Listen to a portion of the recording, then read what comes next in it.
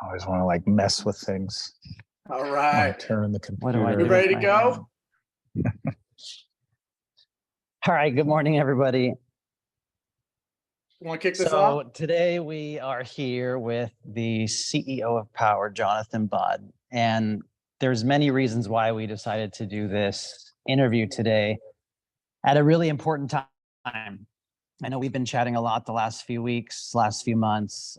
There's been a shitload going on in the industry. And I've needed coaching. I've needed to be reminded what the mission's about.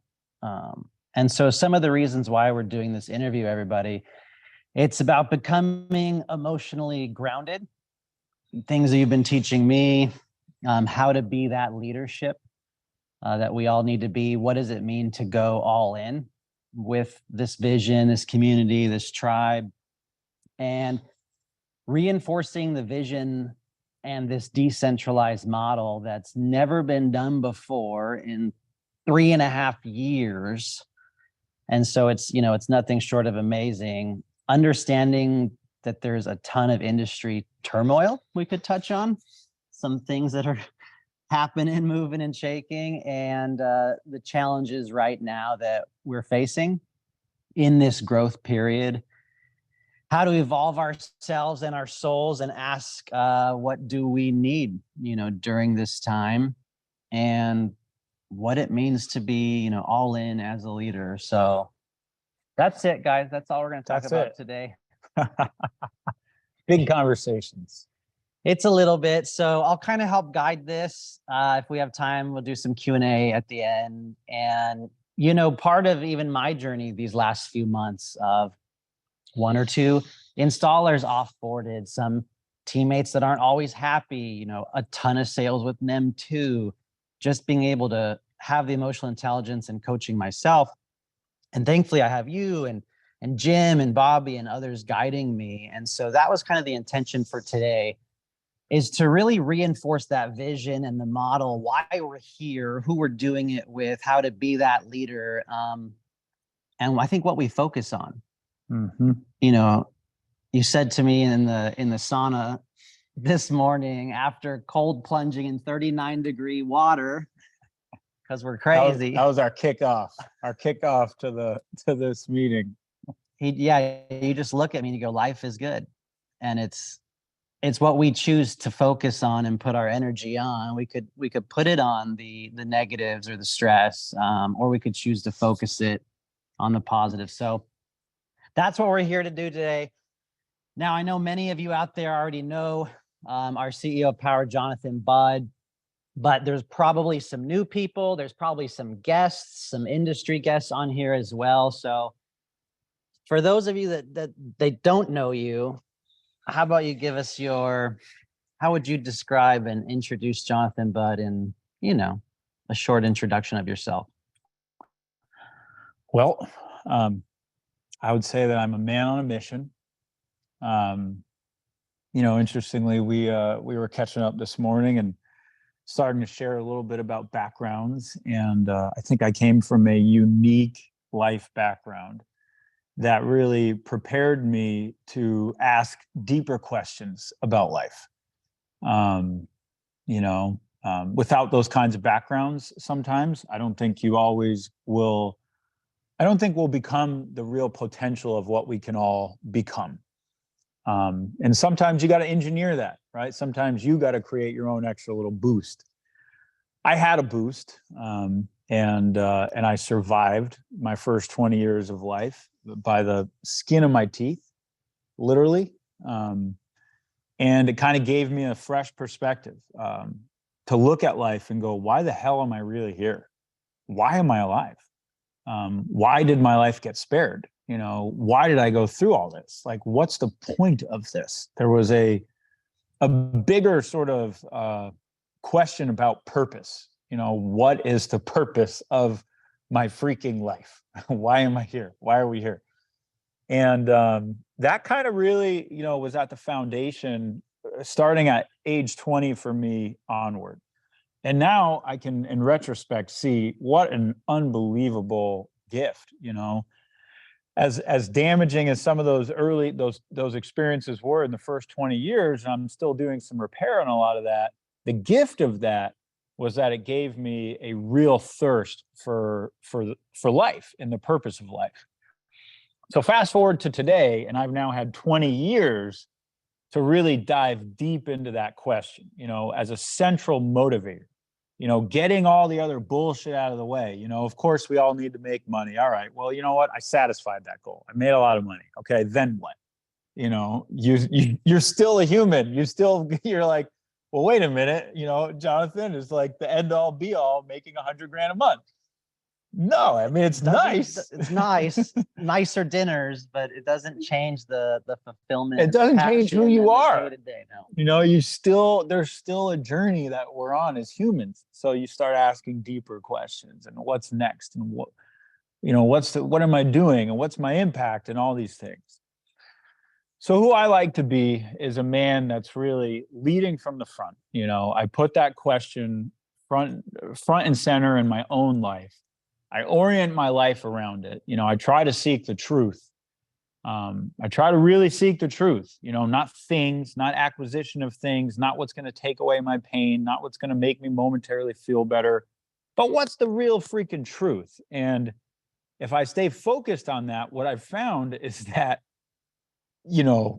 magic happens in life. Like, you can create results that so often people don't create when they're focused on the wrong things, when they're focused on the short term, when they're focused on the momentary, when they're not able to see through their own biases and patterns and emotional blocks and emotional, sort of shit. You miss the bigger picture, you miss the deeper truth, and that's where all the magic is. All the magic is there. It's in that bigger picture. So anyways, JB, that's who I am. That's what I'm committed to. And that's honestly why Powur exists, right? That's how we got here. So I don't know if I've heard someone introduce themselves. Usually it's like, oh, I was born and raised in Connecticut. I moved here, I did a advertising online, made millions in my 20s, and now I'm the CEO of Powur. But that's how JB rolls, right? We just go a whole nother path. And that's how we roll. There's two things you said there. One is the life that you hung on by 20 years old, and then another 20 years has gone by. So that means you're turning 40 is what I heard. When is That's that? what's happening, man. I'm turning 40, January 24th, wow. 2024. That's amazing. And I think, a lot of people don't even have this learning, these schools of learning and thoughts and community that you've been around or you've put yourself into to even have the maturity to say what you just said. And I think some of us are lucky to have you and other leaders in Powur or other modalities like Giving Business Soul and other people to look up to and have emotional intelligence. But I mean, let's just speak to that real quickly. Yeah. To not have a monetary desire and pursuit and to have this inwards, approach. Where did you gain some of that knowledge? And it's a testament to the people and the coaches and mentors that you've had. For sure. Absolutely. I think you need a combination of the right models and then the right direct experience. Nothing I say will ever impact you as much as what you experience. So I came to a lot of this, through the experience of not being satisfied just by making money, not being satisfied without a rich community around me, not being satisfied unless there was sort of a deeper purpose behind how I spend my time every day and what the quality of my life is and what the impact of my work is. So, nobody's ever going to be able to replace that. And we could talk our ass off and there's still going to be people who listen to this and they're like, okay, yeah, I get that. But until you actually go out there and experience it for yourself, it's not really going to really hit home. So my goal would be can I encourage? Can I motivate? Can I just add a little bit more juice to your desire to experience real leadership? And what it really means to orient your life around a deeper truth and deeper principles. Because once that starts to become real for you, and in essence, you become a bit of a seeker, right? Because there's not like an end goal here. There's not an end state. I mean, in case we haven't looked around, the freaking universe is infinite, and human beings don't understand shit. We are like this little microscopic organism in the grand scheme of an infinite cosmos. And the amount for us to learn and grow is infinite. So, you become a seeker and you start this journey, and then it never ends. And you just hope that like you've learned and grown as much as you possibly can by the time you die. And like, that's for the sake of itself. That's just so you die happier and you die like with more wisdom or knowledge than you came. I don't know if there's another purpose, honestly. I know I shared on the Building with Bobby on Friday that when you look back, for me, I think you said this quote, like you fail forward, you fail your way to the top. And, when Solar City Tesla was going to fire me, or even before that, Verizon Wireless fired me, in the moment with the loss, it's heavy, it's scary, but we look back now and we see those as gifts. So I think having that insight of recognizing that these hardships are just on a powerful path of change and progress. You're on your way to evolving if you're going through those hard times. And the joke is that there's such thing as an easy path to success. That's like the laughing stock of all of this. You're part of this conversation, right? And it's why most of our business, and for all of you, most of your business is always going to be leadership. It's either going to be self-leadership, how you guide and lead yourself, or it's going to be leading others. But the masses wants to believe that there is some easier path out there for you to acquire everything you desire. Well, I'm the guy that's here to tell you that there isn't. That is a crock of shit. Whatever you think is easier is just another distraction that's going to take you down another sort of way for you to learn the painful truth of life, which is that you have to work really freaking hard, and you have to really develop who you are, and you have to develop your skills, and you have to develop your leadership, and you have to develop your capabilities, and you have to develop your talents in order to reach big success in life. That's what it takes. No matter where you go, no matter where you are, you're looking in a mirror, okay? And what you create in life is going to be a lot about who's in that freaking mirror. And we're always trying to find some easier thing that's going to make it easier or do it for us, and it doesn't exist. So at the end of the day, you got to decide, where am I going to plant myself, and how am I really going to focus on becoming the entrepreneur, the business leader, the successful human being that I need to be to make my goals, dreams, and results come to life.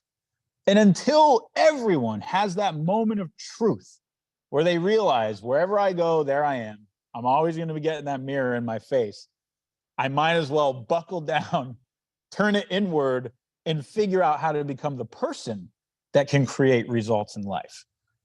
That's the game. That's the game we're all playing. Anybody who's not playing that game is living in a fantasy. Mediocre. Would you work for you? Would you want to be led by you? When you look in the mirror, would you look up to and want to work for you? That's something we heard on a training the other week. And I think one of the cool things about Powur is that, this saying that people don't leave companies, they leave leadership or their managers, right? And I think it's a testament to what you've accomplished here and your executives.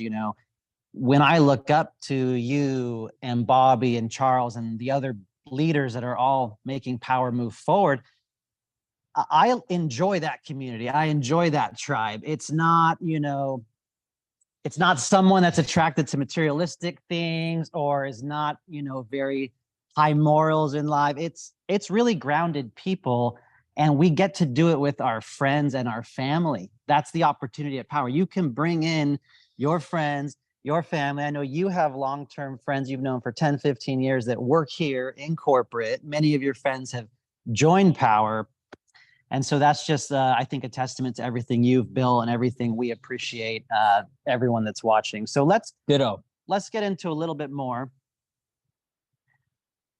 Powur achieved Inc. 43, so the fastest growing nationwide privately held company in all industries last year, achieving over 330 million and probably on target to do 400, 450 million plus this year.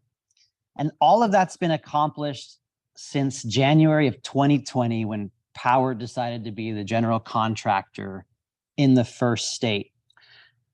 Scaling to over 200 employees. 400. Oh, excuse me, 400 corporate employees. The peak 430.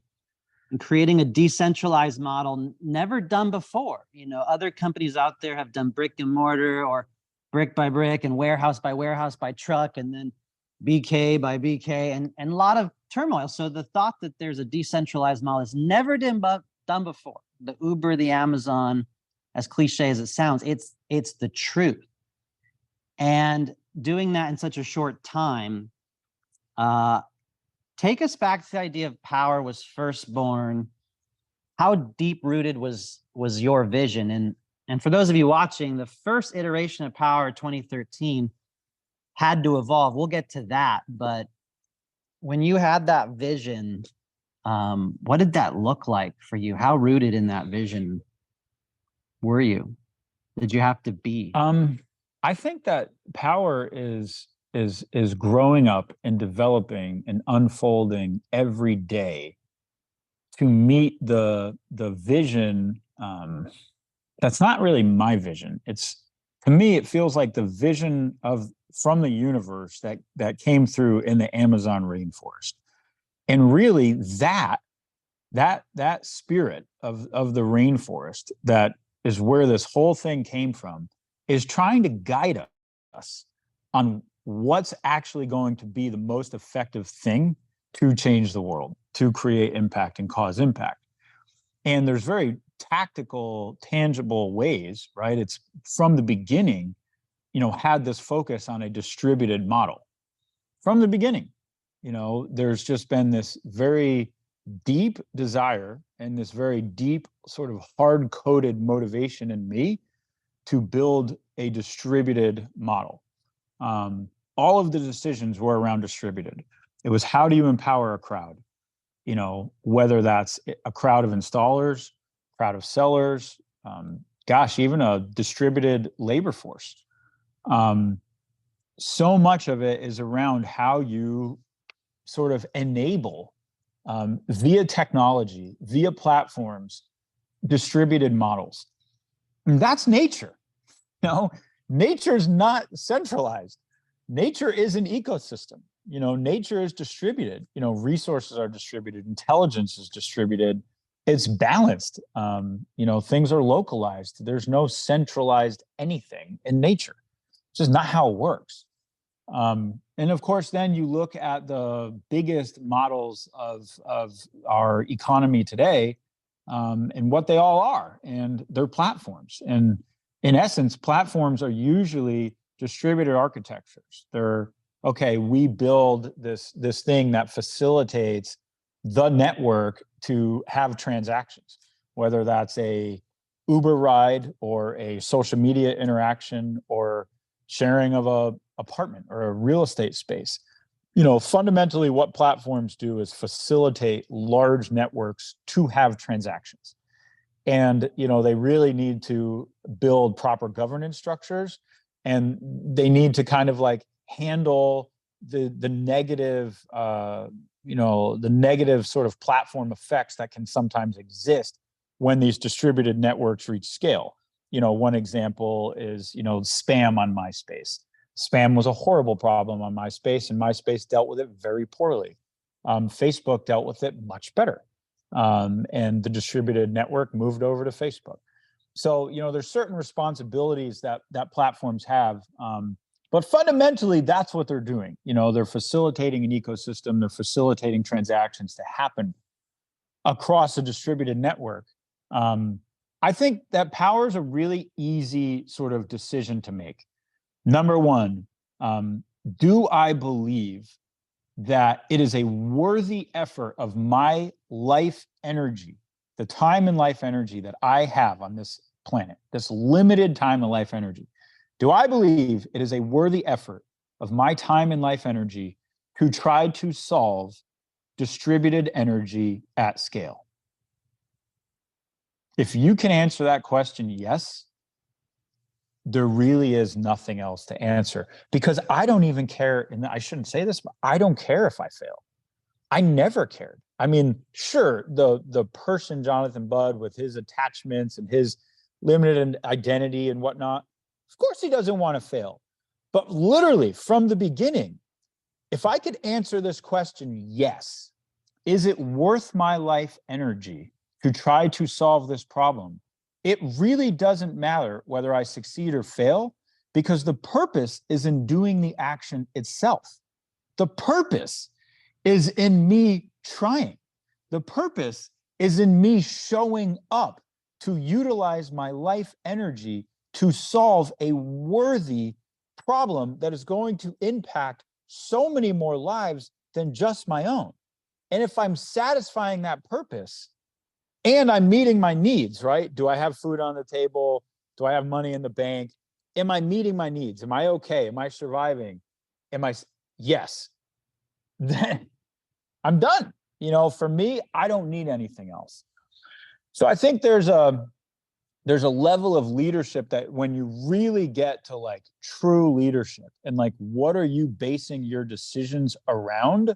You don't need to answer a whole lot of questions. If you can answer the biggest one, and then you can check the other boxes, is this good? Check. Is my taking care of my family? Check.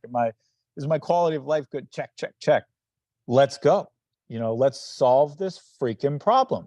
And if it doesn't work, and we're the human beings that figure out, no, this isn't the way, then all that means is there's got to be some other way, and fine, we'll solve that way. Like, that's the actual way we're going to solve this problem. But life is begging for human beings to step up and solve the challenge of distributed clean energy at scale. It's begging for it. The economy is begging for it. Our society is begging for it. Our planet's begging for it. Homeowners are begging for it. We need this new model. It's like desperately needed, and we've got to solve this. Not for the sake of Jonathan Bernasso's, personal goals. Yes, his third house he needs to buy, or for Jonathan Budd's, home on Maui, or for whatever. That's not the reason we need to solve this. We need to solve this because the potential of all humans, of all life, depends on it. We're not going to be able to reach our potential as a species if we do not figure out a new way to produce energy, manage energy, supply energy, a new type of energy infrastructure for life.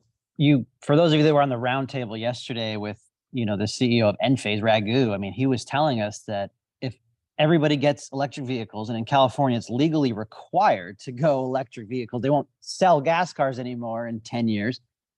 The grid is going to double the energy demand. The average house will 50% need double the energy. And I mean, let's face it, our grid can barely handle the energy needs of today without causing fires and sparking. And I don't know what caused the Hawaii. I don't know if it was a tower sparking or what, but our grids are unstable, and the need is there.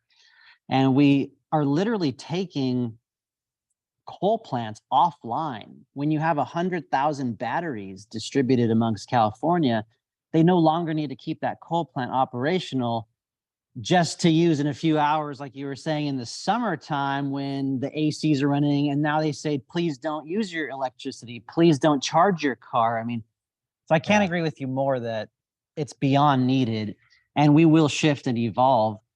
which is what happened in 2019. So prior to 2019, Powur was a lead gen style. And then in 2019, you guys changed, evolved, and developed to the ability to sell solar. And then very quickly in 2020, we're like, let's be the general contractor license holder in every state. So walk us through maybe just that evolution, like what that change took to have that foresight, like, hey, we need to pivot to this model and now this way. I mean, I think good leaders follow. You follow the data, you follow the signs, you follow the facts, you follow. So as new evidence comes in, we're constantly readjusting the hypothesis and readjusting the plan and readjusting the strategy. So there was a lot of data that started coming in very quickly that had me go, well, shit, we never wanted to be a general contractor. The board didn't want to be a general contractor, but all the evidence is telling me that becoming a general contractor is going to be much better for this mission. It's going to help get more solar out there. It's going to help make this stronger.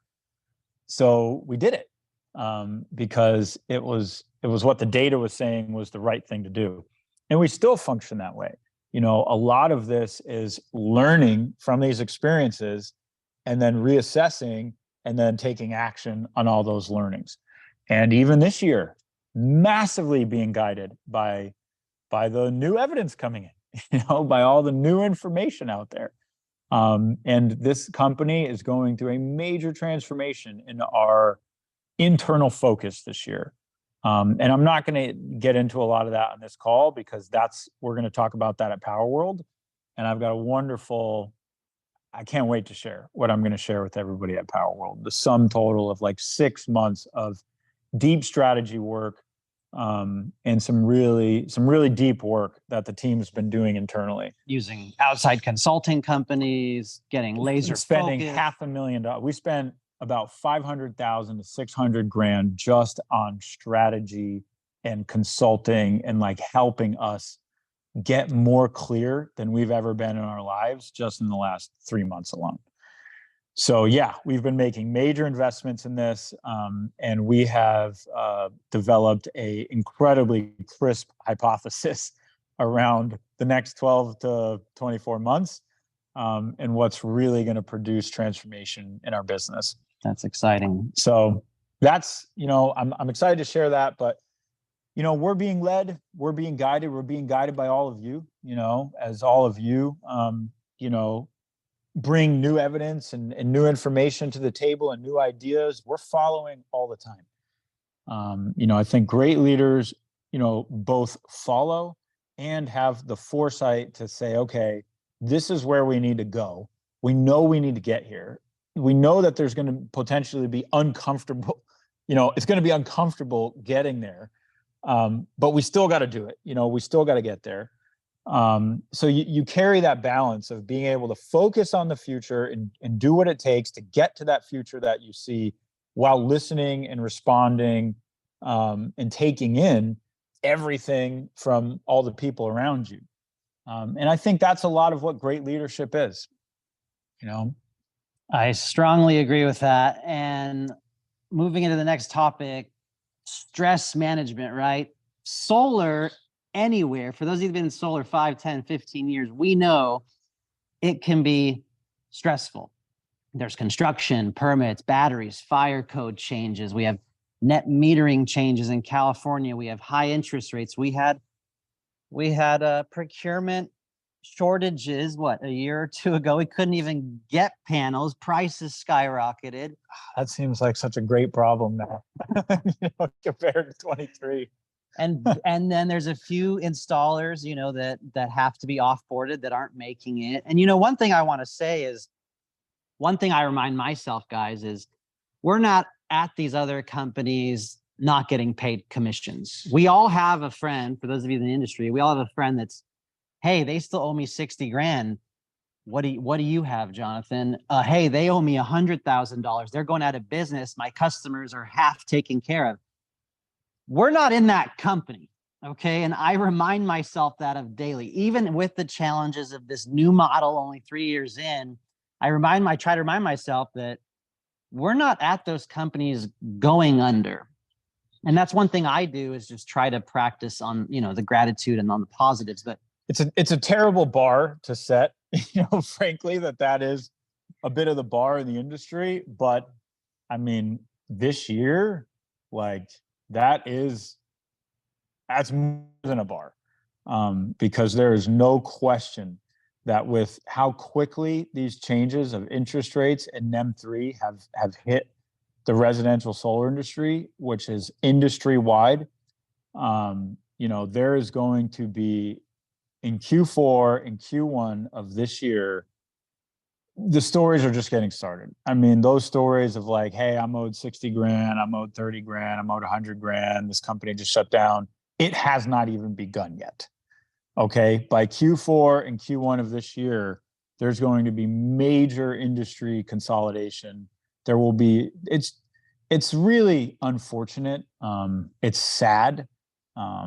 These shocks that the industry is absorbing, they just happened too fast.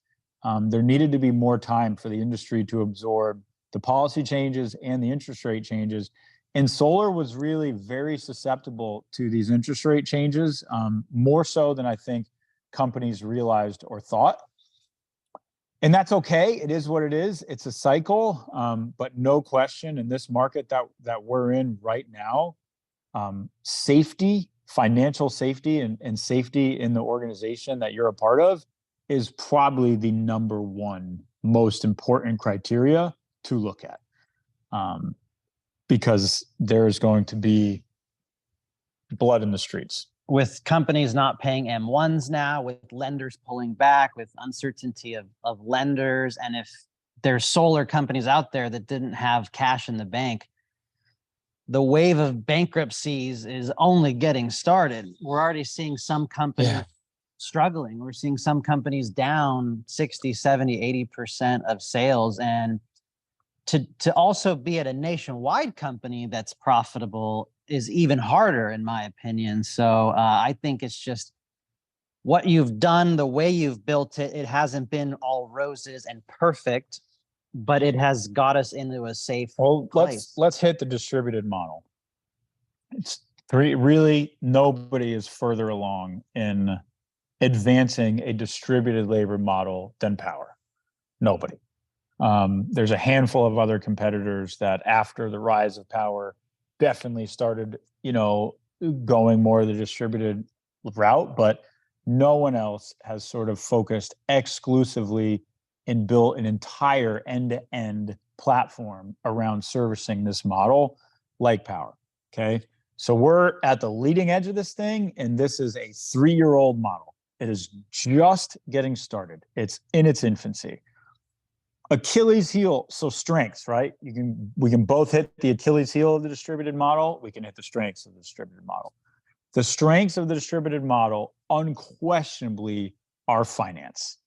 Financially, the health of the organization is so much stronger than vertically integrated models. Those models do not have the flexibility to scale up and down. They just don't. Distributed models are so much more flexible. So in times like this, right now, like we're seeing the real world results, I had our board of directors tell us, like, flat out, they're like, Jonathan, like, you don't know how much worse this could look like right now, depending on the type of model that your business is. And that's why you're going to see vertically integrated players at a real exposure level in Q4 that is not comfortable. And a lot of them are struggling right now to figure out how to wind down those offices and those trucks and those leases and all that sort of stuff and just survive. So massive strength of the model is its financial flexibility. And all of us really can't take that for granted, because at the end of the day, our business is your business. This is one business, right? The health and safety and viability of your business is its financial strength. When you put a customer in, are you going to get paid? Is your customer to get serviced? Is the company going to be around? That's a pretty damn important thing. So we've got that going for us. Distributed is extremely strong in that regard. Achilles heel of distributed is really offboarding installers.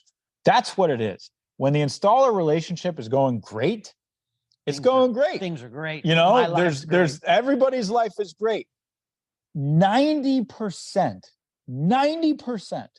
of all the shit we deal with, the hairy shit, the nasty shit, the like, oh, this sucks experiences, 90% of those experiences are coming from 10% of the installers that we are offboarding or in the process of offboarding or need to offboard. Those are the facts. So when it's good, it's good. When it's bad, it goes to shit. That's the Achilles heel. I don't want to say like it's unsolvable, because there's no question in my mind that it is a solvable problem, but we've got to invest in solving that problem. And we're taking years, 3 years of data now, 3 years of experiences, 3 years of learnings to really build a infrastructure and an architecture around how you solve that problem. It's not enough to just depend on the OM to figure out in their head when somebody's good, when somebody's bad, when I should give them projects, when I shouldn't. Which, let's be clear, that's how it's been operating for 3 freaking years. And that's part of the problem, right? There's not a real system, there's not a real architecture, there's not a real infrastructure for how to manage when you offboard an installer, and most importantly, not ever really getting to that position where you need to offboard an installer with 50 projects in their pipeline to begin with. That's the magic, right? So if we solve that Achilles heel of the distributed model, honestly, the noise, so much of the noise goes away. It just goes away. The noise is just not there anymore. So that is like one of the number one focuses of this business right now. And we've made it one of the number one focuses. It hasn't been the number one focus. There's been so many other focuses that solving offboarding installers hasn't been number one. It might seem to you crazy. Why not? If it's the source of 90% of our noise. But I can just tell you, this is part of what we've learned over the last 3 years. It's that when you're scaling, there's this paradoxical thing that happens, where you feel like you've got more resources than you've ever had. You're scaling. Oh my God, there's $50 million in the bank. There's hundreds of millions of dollars coming in. We can do more than we've ever been able to do before. Let's go launch a project management initiative. Let's launch a freaking growth initiative. Let's launch direct to consumer. Let's do this, let's do that. Let's do all these things. But the irony of scale is that scale is its own initiative. And it's the most demanding one. There's going to be 20 things that you don't anticipate with scale, 20 to 30 things that you don't anticipate. You're going to be forced to re-engineer your internal operating system of your company 2 or 3 times. By the time you go from 0 to 100 employees, by the time you go from 100 to 200, by the time you go from 200 to 400, you will have to redo your internal operating systems 2 to 3 freaking times. Just internally, how you operate to keep up with your internal scale. Never mind the scale of external customers, external sellers, external installers, etc. If I could rewind the clock, the second we started scaling, if I had an omniscient, sort of view into the future, I would have paused every other growth initiative we were doing. And I would have redirected 100% of the company resources on doing nothing other than scaling. That's it. That's my mistake. That's my lesson to learn from the last 3 years. But the beauty is we're still in the game. So we get to now apply those lessons forward, and we get a second shot really at scaling with a true excellence. And this time around, the focus is on nothing other than scaling. There's a few other focuses, like, in this climate, finance is king. So we have to have a really strong financial value proposition. So you're going to see us focus on TPO and focus on optimizing loan products and creating the right financial value proposition so that our product is winning. But outside of that, there is really nothing else that this company is really focused on right now other than scaling with excellence. And that's hard-earned experiential lessons. So let's talk on that for a second. You know, it is a rough time, as you heard, and it will continue for 12, 18 months, perhaps. It's going to be 4 quarters for sure. It could be 4 to 6 quarters before the industry really starts to see some real relief on the interest rate side, adaptation to new financing products, and a greater adaptation to the policy shift in California. So during that time, you know, obviously it sounds like Powur is saying no to most initiatives and focusing on core competencies, operational excellence, and even the year of the installer. Yeah. So maybe you could speak to, like, during this time, this rough time where a lot of companies are going under, Powur's doubling down on X and Y, and we'll hear more at Powur Convention about that. But Yeah. so what Powur's doubling down on, and what can maybe the person listening right now, the sales rep, what can they double down on during this time? Well, so there's a couple salient points here, right? Number one, everything is about to get better, you know, from an operational standpoint, simply because there is more bandwidth. Even if the company didn't do anything, you know, to invest in scaling and systems and all this sort of stuff. And so on that point, even though revenues are down, your initiative is not to let go of people. So the spend on project managers, operations manager, customer service in relation to revenue, we're going to have the way I can explain it is we are going to have the highest OpEx, which is the percentage of revenue we spend on operating the business. The highest percentage of revenue we've ever spent on operating the business will exist in Q4. We have historically run at like a 7, 8, 9% OpEx. That means 7 to 9% of all the revenue actually goes to operating the business.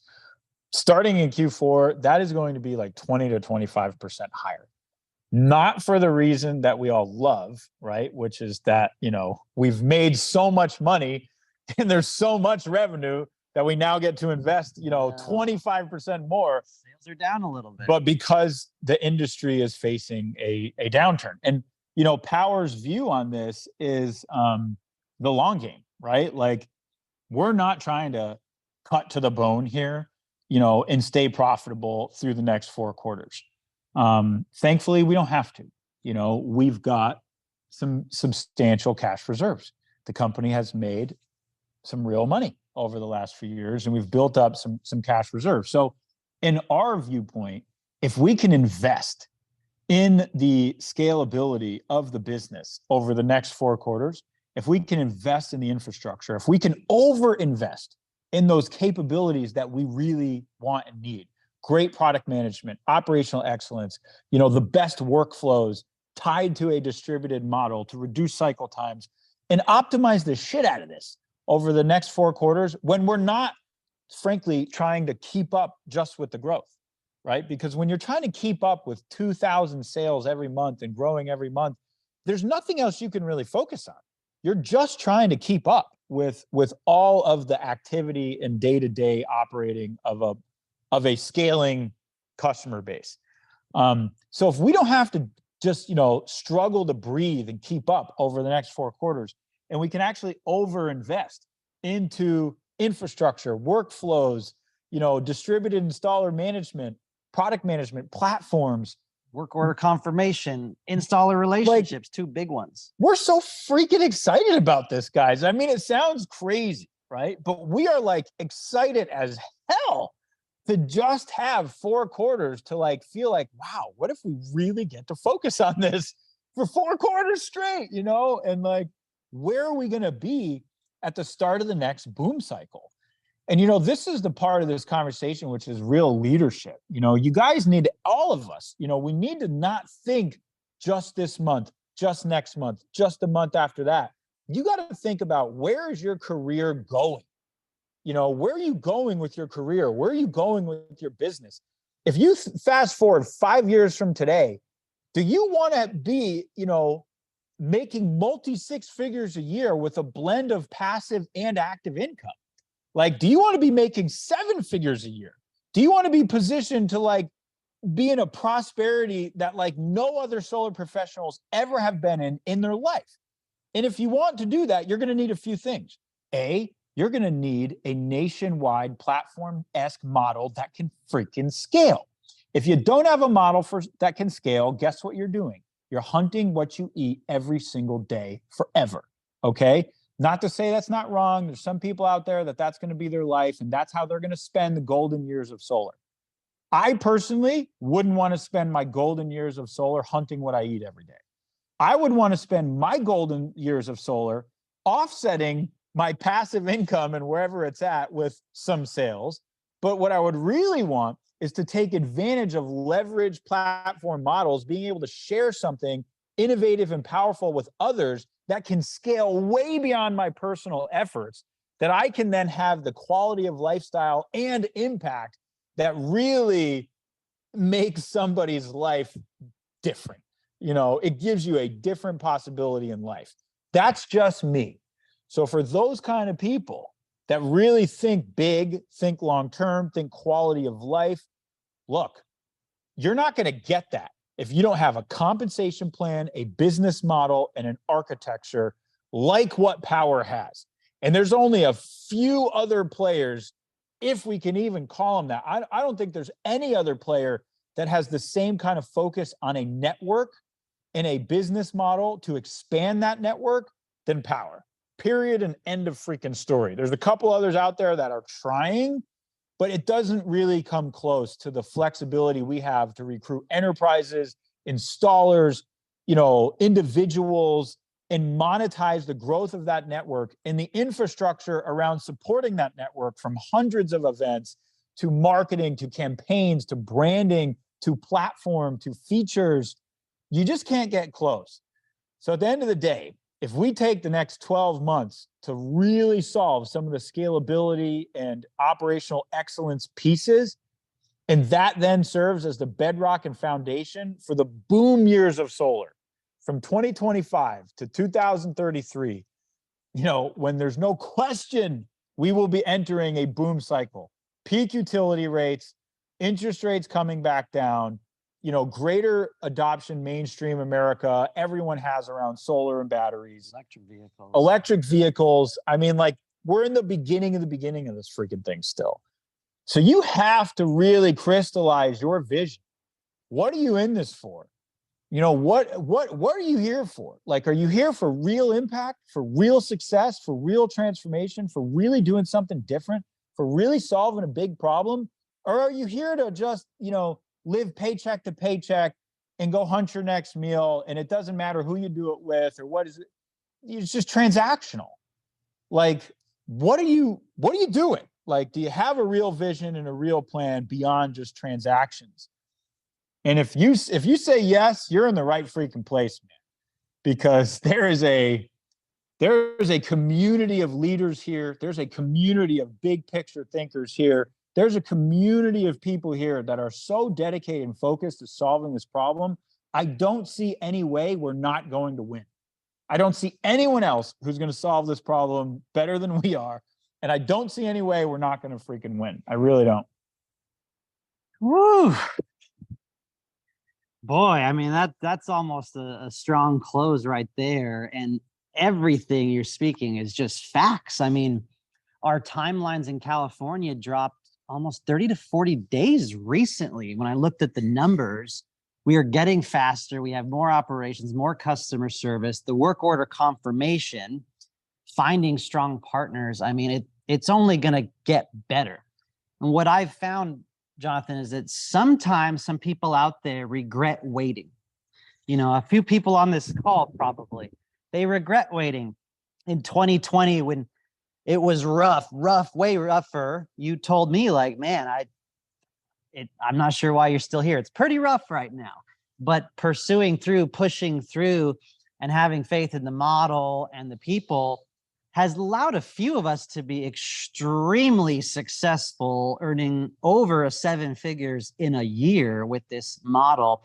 And what I found is that sometimes when people, no blame to them, we want everyone to thrive and we want to root for anyone in this industry. But when you think you can jump around a company to company and you can try this small company and this small company, and now you're managing it, but you don't have the CRM, and then they go under and they're not paying you, and this nationwide company sucks.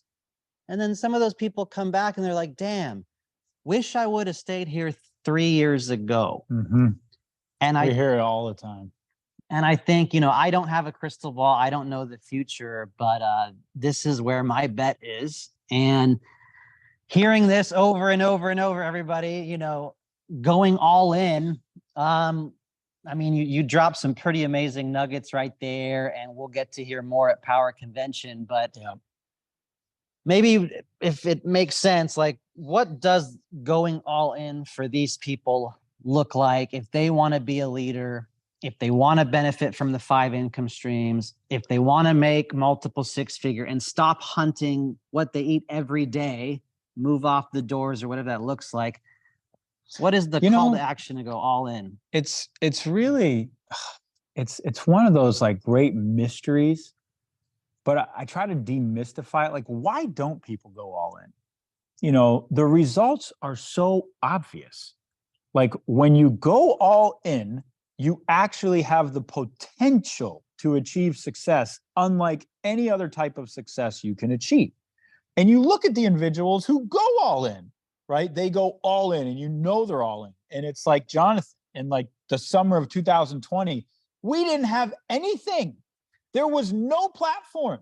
All we had was Powur.com front-end sales management, okay? We were managing installers out of like Google Sheets and shit like that. There was nothing. And we gave them 850 projects in the month of August. And as you can understand, there was lots of future off-boarded installers in that cohort. And so there was nothing. Yet somehow, fast forward, right? Most people complain today they've got an issue on their project, or this happened, or, oh man, we had to redesign this thing, or this happened, that happened there, or whatever. It doesn't even compare to the chaos of the summer of 2020. Yet Jonathan Bernasso, makes $100,000 a month, but his issues were like 100 times worse. Like, if there's a correlation between your issues and the amount of money you make, shouldn't he be making negative money? I mean, like, you would think he would have made negative money because he had the worst issues. Why did the worst issues equal the biggest income? And this is what people just don't freaking get, that it's not about the challenges. You face challenges wherever the hell you go. It is actually about something bigger than that. It's about your commitment. It is truly about, did you go all in to see yourself through the challenges? Jonathan at that time believed in 2 things. He believed in the model. He said, I don't know why, but there's some future to this model, and I'm going to choose to believe in it. And he believed in the team. I don't have a lot of history with these people yet, but I really like them. They're authentic. I feel something here. I'm going to choose to believe in the team. Jonathan went all in on something deeper than his momentary challenges and superficial transactions and the pain he was experiencing with his emotions and what he had to deal with.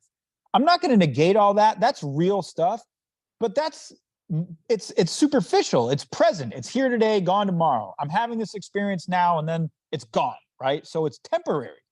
He went all in on something not temporary. He went in on something deeper. His principles, his beliefs, his ideals. What is he committed to? When you freaking commit to something bigger than the temporary experiences you're having, you have the potential to unleash a type of success that you will never experience otherwise.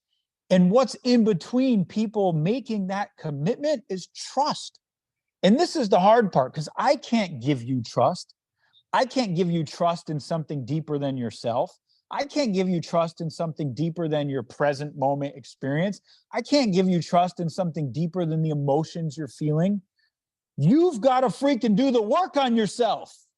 You've got to do the work on yourself to actually trust in something bigger than your present moment experience or the challenge or the this or the that.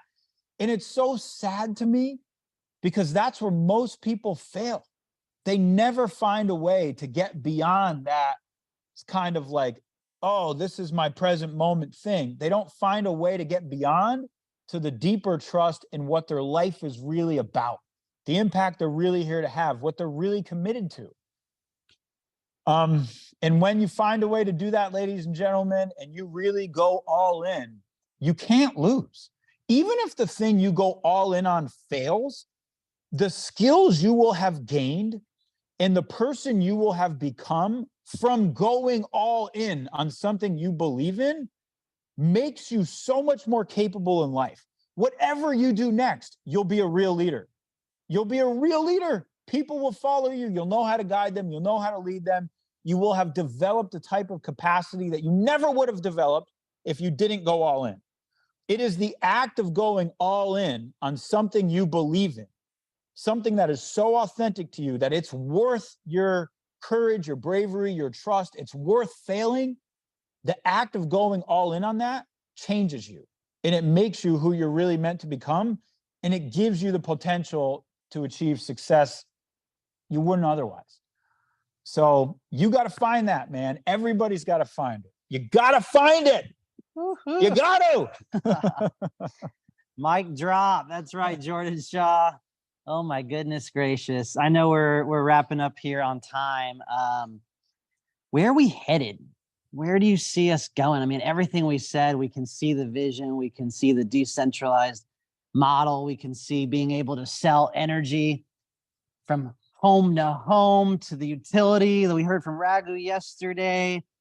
I mean, where the heck is this rocket ship heading? Where can we really be in 5, 8, 10 years? Where can these people see themselves if they do everything? Well, this is what will be shared at Powur. Teaser alert. If you want to find out the answer to that question, I'll see you for my At opening Powur. segment at Powur. All right, Jonathan. Well, I know that was a lot of information. We weaved and went different directions. As I said in the beginning, you know, I have 450 jobs under my belt. And if you get an O&M call, a repair call every few weeks, try a few every other week, like, right? And so I searched deep in myself with 450 jobs and more sales and some teammates, you know, that aren't happy. What has it taken me? How can I shape myself? How can I put my emotions in check? How can I have others coach me? How can I help coach others? How can I deal with this stress? Some days are hard. It's a hard business. Some days we get Hard customers business. chewing our head off. And you know what I've realized is say you're sorry, apologize. Yes, we could do better. I'm glad that we're in business, unlike other companies. I'm glad that we got you locked into the solar deal that we got you into. Yes, I'll update you better next week. If we just take a moment, take a breath, and we don't react, and we respond, and we look at this bigger goal, bigger vision, and this leader right here and all other leaders, we'll push through, guys. If you can hang on for 6, 12, 18 months, do the activities, quadruple down on lead gen. That's what it takes right now. You need to 3, 4, 5x your lead gen right now, especially in California. You need to door knock. You need to do the BNI. The high bills are coming right now in the summertime. We're seeing a little bit of a bounce back in California and other markets on the sales.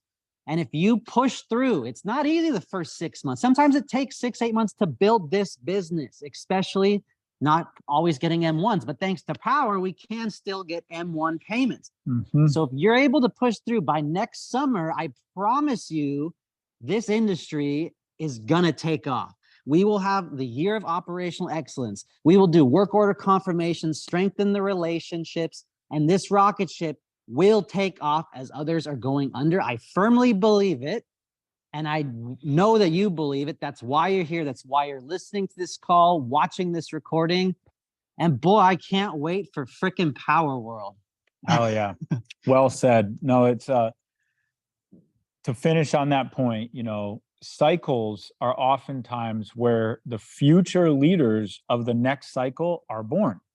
So it is the work you do now during this cycle which will prepare you and position you for the next cycle. That's how it works. You know, people a lot of times come into companies and they say, oh, you know, how did Jonathan or Charles or Jarrett or JC or whatever, you know, reach the level of success that they did? And it's because they actually put the work in a different cycle. And it's like one of those bamboo trees where like those roots are under the ground and you're just seeing it once it shoots up kind of thing. So trust me, when this market turns, and it will unequivocally turn, interest rates are not going to stay high forever. And we all know that the value proposition in California already makes sense. This is really just an education of the marketplace thing and creating consumer demand. You want to be positioned for that next cycle.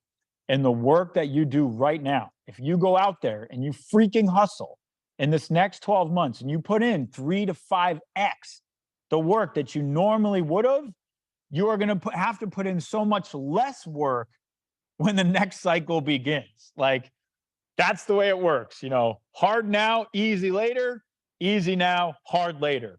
You choose. You want to go fast, go alone. You want to go far, do it with your tribe, your community, your people, and your team and your leaders. So, Jonathan, love you, JB. Yeah, brother. Love you guys too. Truly. This community means so freaking much to me. So much. Let's give it up for Jonathan in the chat, everyone, taking some extremely valuable time, dropping nuggets, reinvigorating us, reinstilling that vision. We're together. Decentralized platform, that family that we have.